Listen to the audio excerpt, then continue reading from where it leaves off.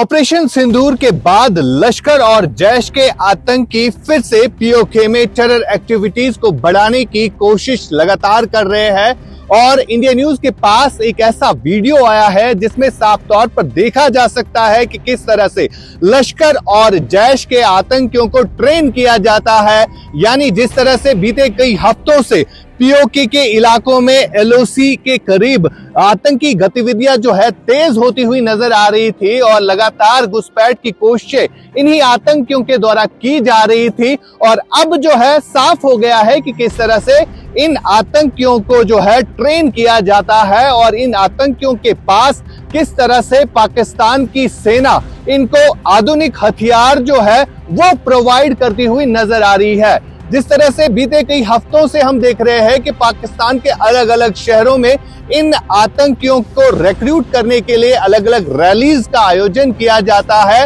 और यही कुछ अब पीओके में सामने आ रहा है कि पीओके में कई सारे टेरर जो कैंप्स है उनको फिर से रिबिल्ड किया गया है और लश्कर और जैश के आतंकी संगठन इस बार घाटी में फिर से अशांति फैलाने की कोशिश किए हुए हैं, जिसके चलते अब इन आतंकियों के लिए वहां पर ट्रेनिंग दी जाती है और ये सब कुछ जो है पाकिस्तान की सेना और सरकार के साथ मिलकर किया जा रहा है। ऑपरेशन सिंदूर में जिस तरह से भारत ने पाकिस्तान के कई सारे आतंकी ठिकानों को ध्वस्त किया था और कई सारे आतंकी उस ऑपरेशन में मारे थे और उसके बाद कहीं ना कहीं इन टेरर कैंप्स में शांति बनी हुई थी, लेकिन किस तरह से बीते कई महीनों से अब लगातार यही टेरर पैड जो है नए सिरे से एक्टिवेट किए जा रहे हैं और कई सारे अगर हम जैश की बात करें या लश्कर की बात करें, ये वो आतंकी संगठन है जिन्होंने अब जॉइंटली जो है अब इन आतंकियों को ट्रेन करने के हवाले से नए सिरे से ये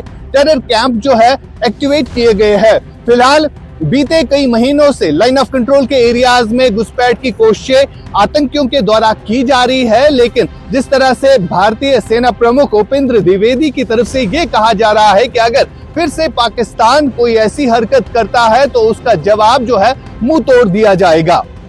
लाइन ऑफ कंट्रोल उरी से आशिक मीर, इंडिया न्यूज के लिए।